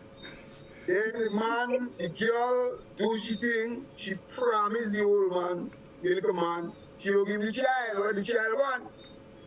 When the child born now, she decided she don't want the child go with the old man. She broke her promise, right? Until the man still give her a leeway. He said, well, if you know my name, I won't take your child. So that man is a good man. Until the old man ended up, the Rumpelstiltskin ended up dying. So they changed it. What about Little Red Riding Hood and the Wolf? No, I have a serious problem with the Wolf. Because I don't understand. If the wolf wanted to eat Little Red Riding Hood, why eat her in the woods? No, the wolf like to play that. Listen what the wolf do. Listen what the wolf do. The wolf see Little Red Riding Hood. He give her a zigwa. He pass in bush. He go in the grandmother house. He lock up the grandmother in the closet. Yeah. He put on all the grandmother clothes. Go and lie down in the grandmother bed and cover down, and he waiting for Little Red Riding Hood. Right. So you see the wolf like to play? The wolf want to eat, so is eating want to eat Little Red Riding Hood? The wolf want to eat Little Red Riding Hood? No. The wolf have to stop that. The wolf have to stop that. But Godfrey, let me tell you something. You learn through history, and that's a fact, that you could tell that these stories came from white people, English people, whoever. Because in a lot of ways, they always do this flip side thing where they paint villains as good people. Even they themselves. I mean, when you look, for example, at movies and whatnot, you're also sitting with the Vietnam War and Rambo go down in Vietnam, and you vex with them Vietnamese because they're men telling the stories that Rambo and them are the wicked men. Because you never ask yourself, well, what this man and white don't interfere with these people for, right? It's the same thing the white men do with the Apaches and the Indians in America. Scholar, I think you're going to follow. No, you're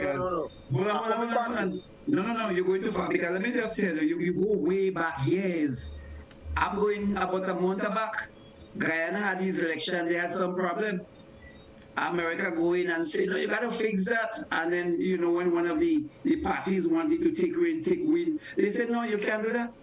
And what is happening now in America and the election? So when I say go back, I didn't mean in terms of the examples and in time frame. Right. So it is that everybody else have kakaje in their eyes.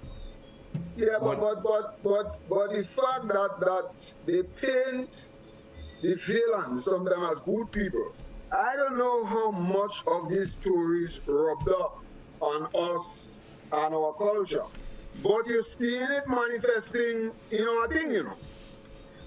We in Grenada have a soft spot for bad people. But of course. For wrong things. Yeah. For wrong things. For wrong things that is happening, yeah. We love them. Well, I mean, maybe there's just a little diversion. But I hear some Grenadians when they praise people that are doing wrong, and they would say, example, like the man smart. Like even if the man take allegation whatsoever, other people resources, and put it in a special office and everybody have to go there. He thief the man thieving people think though. The man take all people resources, put it in a special place and everybody have to go and beg. It's like you have your own money. And then he confiscates your money. And then you have to go back and beg now for your own money and make you feel that they do you a favor by giving you what is yours. And then we say, well, the man's smart. Even when we see people robbing big time, we say the man's smart because the man could rob. You understand? And then if somebody wants to walk the straight and narrow road, you say, well, they're stupid, they're already, and they're too naive, you know, and things like that. So that is still playing on us. Yeah, it's still prevalent. Yes. Let's take a call. We culture. Good evening. Hello. Good evening. How are you? Very good. Go ahead. When I was 16 years old, I'll give me a little rhyme there. Listen carefully. One bright midnight daylight, two dead men got up to fight. They faced each other back to back and shot each other with a gun. A deaf, blind policeman heard the noise and came to see what was the matter. He threw one into a dry waterfall and turned to the other and said, next week Thursday night, which is Good Friday, there will be a meeting for men but women only. Seats inside, but all of the seats outside on the floor. Don't you like that one? That one real hot. You like that one? Yeah, I love it. When I was 16 years old, I remember that one. Right now I'm 70, so I still remember it. That's good memory? Very good. Excellent. Excellent. Yes, indeed. Excellent. Yeah, man. All the best. Yeah. Okay. From Tempe. All right. Very interesting. deaf, blind, see and hear and all of these things. Nice twist. That's a Kaiso. Scholar should hear that one. Yeah, but and there are a lot more of these stories. As I brought it up, there's a lot more of these stories. That you were taught, and I mean, now when you reflect on it, you ask yourself, well, why these things happen? I made reference to one on a program some nights ago, the wolf and the 7 little kids. The wolf do all kind of things to eat them kids. One get away. He go and lie down and sleep on the mango tree. The mother goat cut him open, take out all them children, put some big stone inside the belly, sew it back up, and next thing when the wolf go to drink water, he fall down inside the well and dead. But you know, but you know, I don't know, I probably take a different route here. Let me say why. Because for you, sometimes when you're writing, it is about your imagination, and sometimes the further you are from the truth, the more hilarious, the more far-fetched the stories, the more it is gripping. Sometimes the more it is interesting. So, like some people writing fictional stories, they concoct stuff, and that keep you glued to the story more than probably if it's just reality, because reality is usually lame, regular stuff, you know, except probably what happened on I mean, that is so, but what is it doing to the mind of the reader? Well, actually, what could be problematic for us is at the age we were exposed to it, and if we were made to believe it. But I don't know, maybe because you see, the fictional stories is very important in helping us to stretch our imagination, to actually figure out what is true and what is wrong and what is right and what is real. So, is it completely bad? I'm not so sure. But I know for sure if it was just reality that the stories were based on, we probably were not going to. You probably were not going to remember what you just remember. But here's the deal, listen. As children, when we were taught, we actually believe these things. And that is what I'm saying. I don't know the relevance for children, but I know, you understand, I don't know why it was done for children in that way. And look, the books were so colorful and well presented that you just, I mean, it captures you from just by looking at it, you know. But maybe that is what helped you to read. Or get interested in reading heresy. Yeah, well, that to me is like a big problem with those stories. And it's only when I started going to secondary school and I started, really examining some of the stories that we were told. Young girls were made to feel like they were princesses and we are supposed to be damsels in distress, fragile. It never had morals that spoke to what life really is, and that life is a struggle. And the reality of it, we were left in this cloud of imagining things that really and truly is not part of our reality.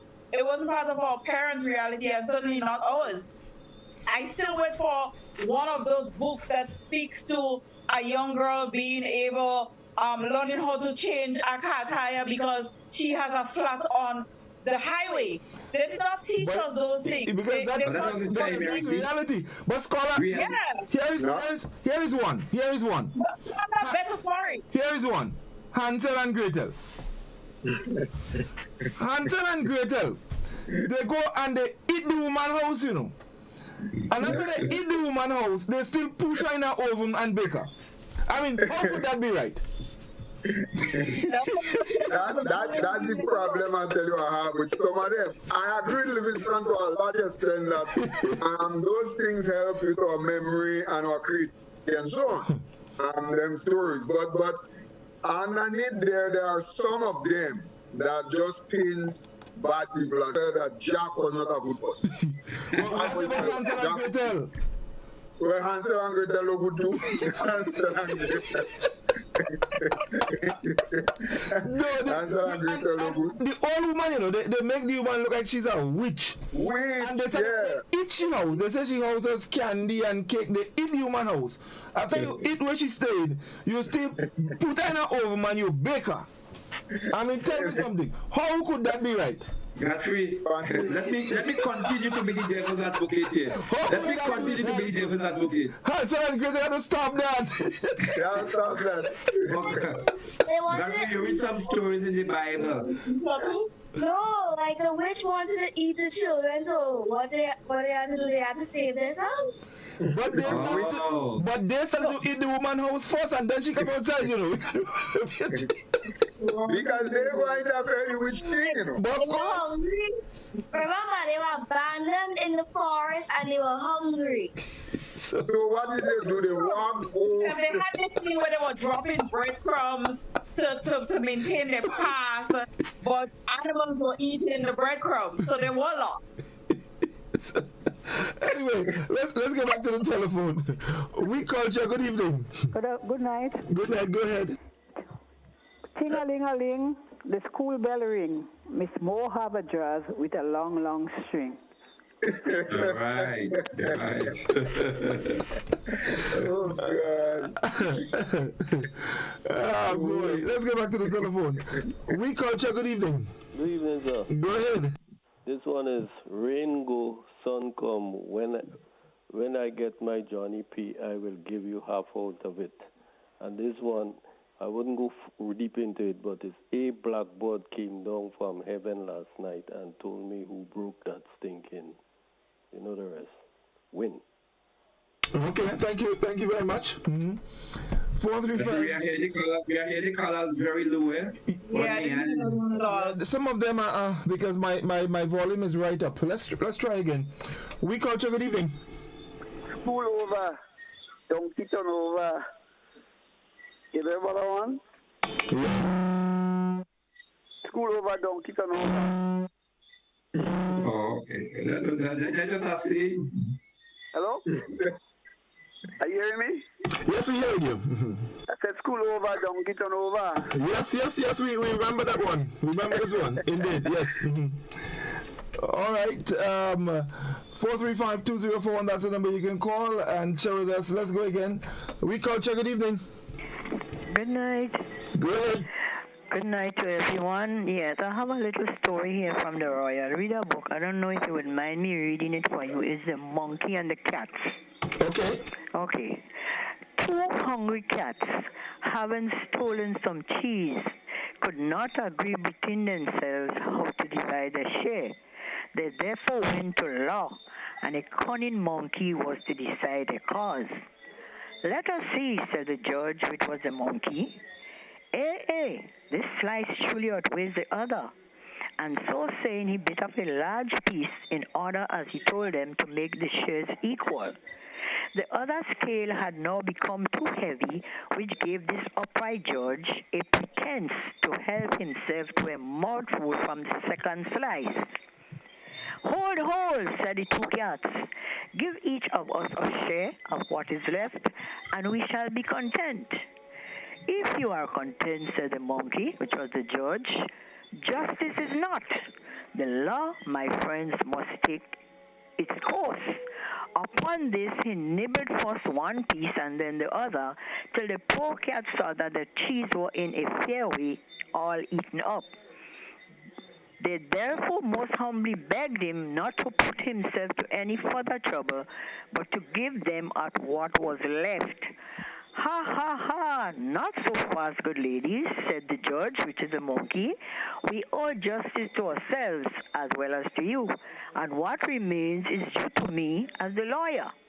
So he crammed the whole into his mouth at once, and very gravely broke up the quote. This little fable teaches us that it is better to put up with a loss than to run the risk of losing all that we have by going to law. Hope that you get something from that. Well, definitely, yes, we did.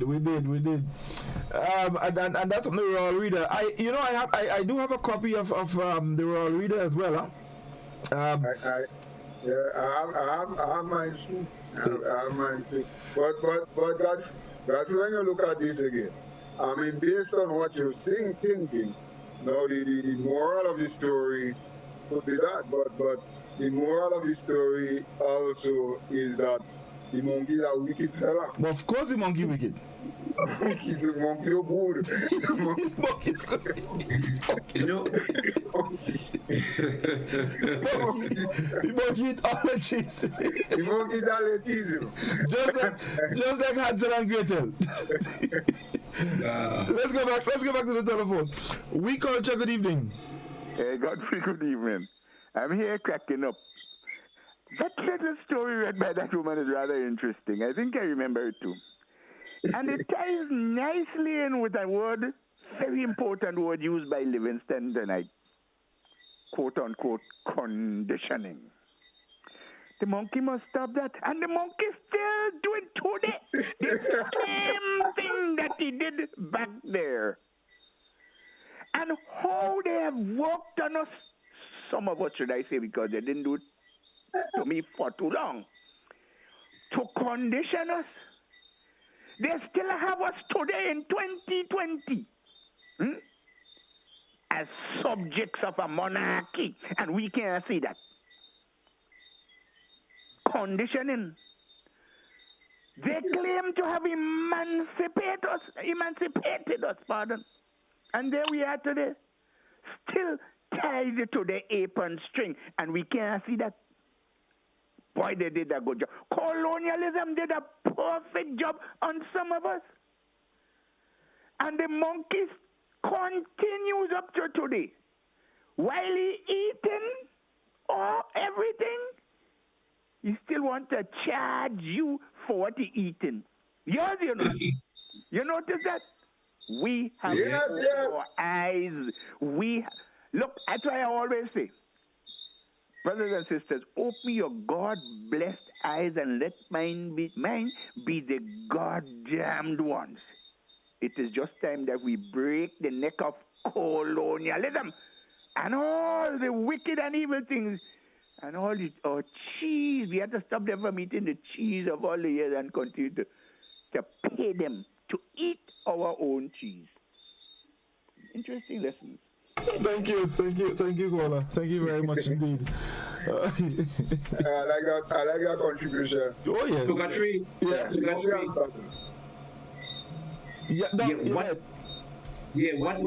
What the caller is alluding to is actually probably continuing on the line that I was saying in terms of some of the dark side at the level of, no nation that is handing you X amount of $1 million for no project or any number of projects in your country is going to give it without bringing the culture and the cultural influence. No nation far from us love us enough. So the British didn't like us that much that they want to liberate us. I made that point earlier on. And no present nation or no future nation coming to Grenada, giving us millions of dollars, has this purest intention in not trying to subdue us and to reinforce their own culture.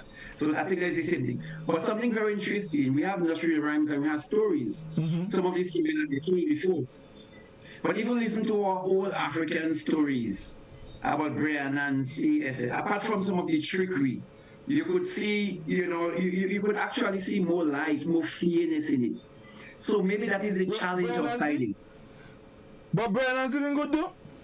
Brian Nancy was a trickster. But it was Brian Nancy was a trickster. But Brian Nancy was not a murderer. A lot of the British stories we hear about the children in the well and killing and burning. Brian Nancy is not like that. He trick you, you run away, you run after him. That's the point I'm making. Brian Nancy and who was it? The one that was supposed to be eating food. Right. So if you listen to them stories, it's really not about violence. The point I'm trying to make, while there is trickery and that is life stories, if we can use that and if we were able to be liberated, we could have used those stories and start teaching, because it's about igniting the imagination, and those stories would have been doing the same equal job without the barbaric action. But you see, Livingston, you put your finger on the thing, and then you still would speak about why the stories from the white people were barbaric. But that was the culture. right? The white folks have always had this barbaric thing. I mean, when you look at games and sports and so on, for example, where people used to play like a cricket and the nice little sports with ball and thing. White people going in Colosseum and fight and juke one another and yeah, that was a sports, right? So they knew about this whole violence thing, so that's why they put you pussy in well and they doing all kind of thing and Jack. I mean the story with Jack and the business. I mean the Jack didn't come there. Right. Yeah, but we have a problem here, because after Jack go and thief the man thing and you have to chasing Jack. Heaven knows what might happen to Jack if you catch him, you know. Can you remember the giant slogan? You remember what the giant slogan was? Right. I smell the blood of an Englishman. He alive. He dead. Here is the other thing. The giant living up in the sky. How is smelling Englishman? Smelling strong? Where is smelling Englishman? Them Englishman don't be it. So they send strong. Well, you have to be. How you smelling, man? Well, I don't know, but I am thinking where the giant up in the sky up there, how he smelling men on the ground. Remember, Jack leave the ground and go up in the man placing. Well, I don't know. Maybe I don't know. But that is like this drunkenness. But as Livingston said, that is to help with your imagination. So Scholar, you made mention of pussy in the well and cruelty to animals. What about Goldilocks? What about Gottfried? Gottfried, it would be a really good thing, Gottfried, for us to engage Nala. And to find out what she hear, what she see in those stories, how does she feel? Because I think now we have crossed the line where we start rationalizing everything. But at her age now, it seems that we have although the time short, but it would really be good to ask her now. So Nala, come in. Let's talk to us about those stories and what you. Anyone, let her choose one and tell us how it affects her, what she think, if she think anything. Well, but Goldilocks and the Three Bears, I don't find the Three Bears are villains, you know. Like, for instance, who would like a person to go inside their house, eat their food, break their chair, and sleep in their own bed? Now I see them the same way we see them. But you have to understand too, Nara is living in a different time. Yeah. From us, in a different country. Nara and them have more sense than what we had in those days. So it was easier to brainwash us in those things than I guess it would be to think Nala and them. So Nala and them would look that's it. They have a lot more information at their fingertips. Yeah, there was one nursery rhyme that she was telling me, two actually. London Bridge is falling down, and it's from her at my age. I found out that this had to do with children being sacrificed and all of that. There was this belief that the bridge is for the bridge to stand firm, human sacrifices had to be made.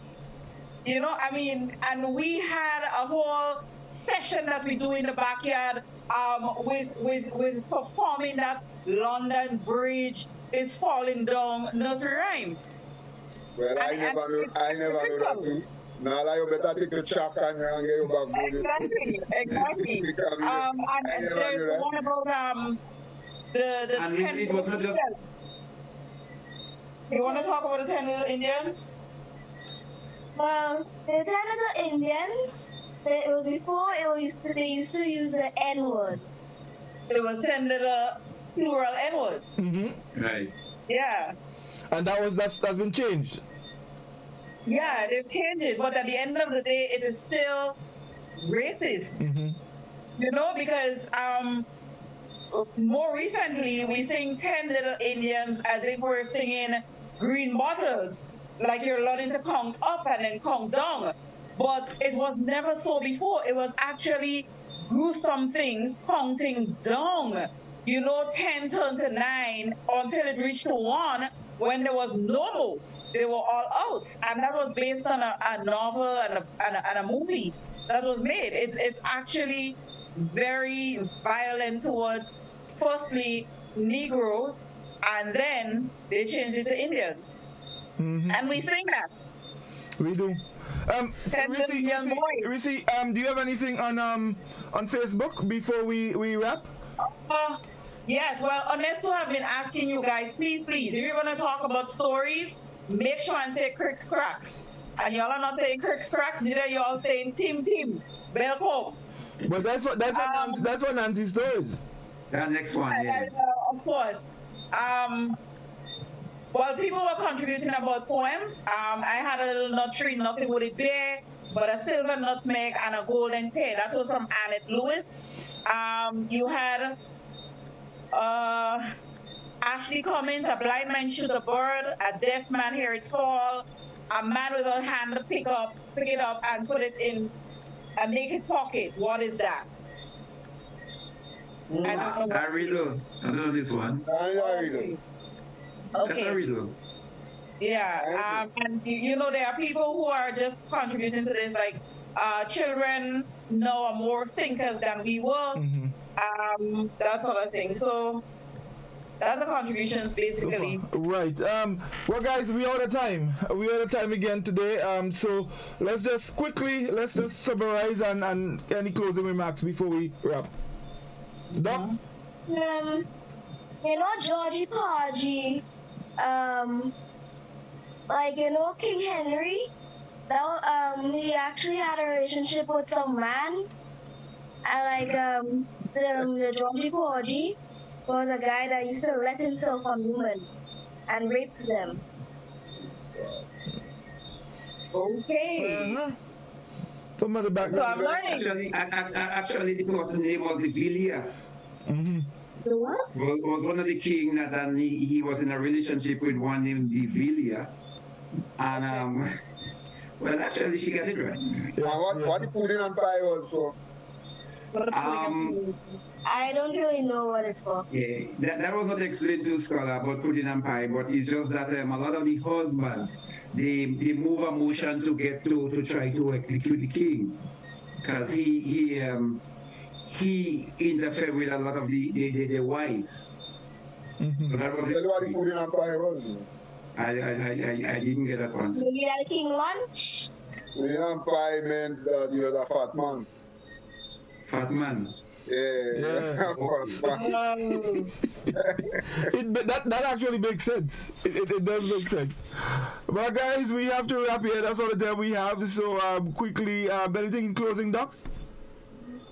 Well, I think it was an interesting program. And I think what was really good about this one also was that, we're still searching, we're still hedging, but I think in the end we recognize that while it had its good, the intention was not always the best for us. Some of the industry rhyme in particular, it led to a lot of conditioning that probably still has its effect, still have its effects today. And we're still going through some other conditioning that is taking place now.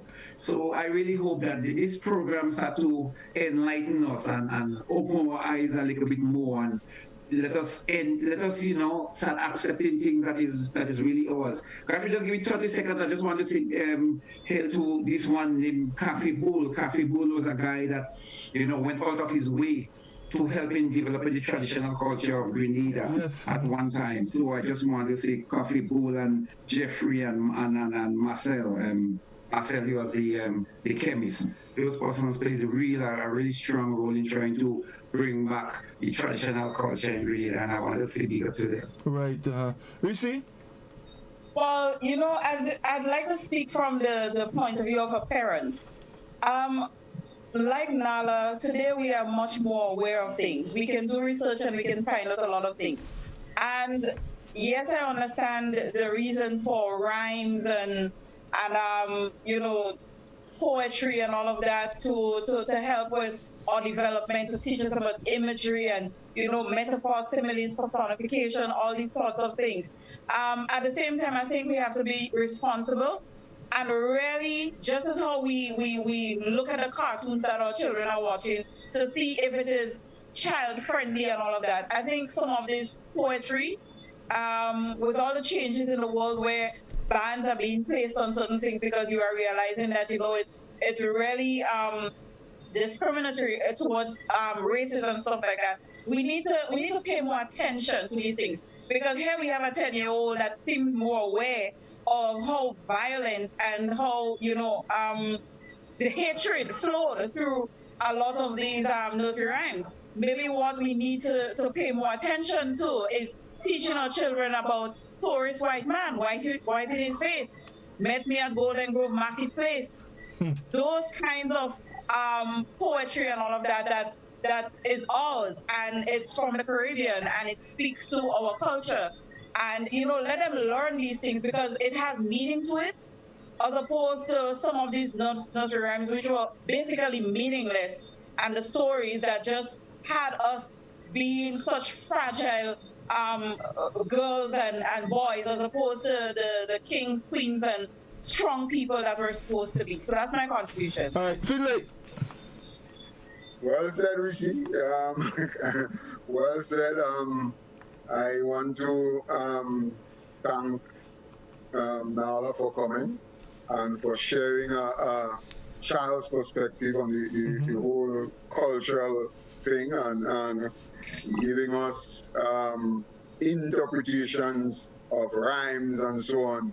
Those are things, and that's how things have changed. It shows how we've moved. When we learn those things, we never had those interpretations and so on in our mind. What this program has shown also is the way that the colonial masters have influenced us and influenced our education and the way that we viewed education and the way in which we valued rote learning. I mean, even up to today, we still value this rote thing. This was all part of the influence of what we've been dealing with. Today, a child can memorize all kind of things, and that's great. Sometimes you wonder things that you memorize. And the thing about it, as God, I think Livingston would have said, I mean, we go back. I know only 2 days ago I was asking when this month end, and I asked how much days you have in this month, and I had to days of September, April, June, and they laugh at me. But that's the only way that I know it, So this is still a way that is valued, but a lot of it is changing. Some of it is changing, and the ways in which children learn are changing. But no doubt that these nursery rhymes and these stories and so on, they had a very big influence on our culture, how we learned at school, and the way that teachers are. Right. Thank you very much, guys. There isn't anything else for me to say after listening to you guys. So let me just end by making reference to two of our Facebook viewers. Jose Ernesto says, great program. I always enjoy my Friday night, and I'm looking forward to next Friday. Marcella St. Bernard says, nice show tonight. Brought me back to my primary school days. Oh my God. Thank you, guys. Thank you, Facebook. Thank you, YouTube. Our viewers on GBN Television, our listeners of K105, we thank you so very much for your calls, your contribution, and we look forward to being with you again next Friday evening for We Culture. Thank you, guys. Enjoy the rest of the weekend. Good night, everyone. Good night. Finger at Israel and threatened revenge. Raise it high up the ladder. Let we set it on fire.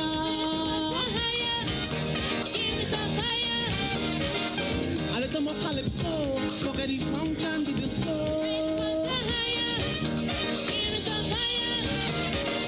A little more limbo, a little more Shango.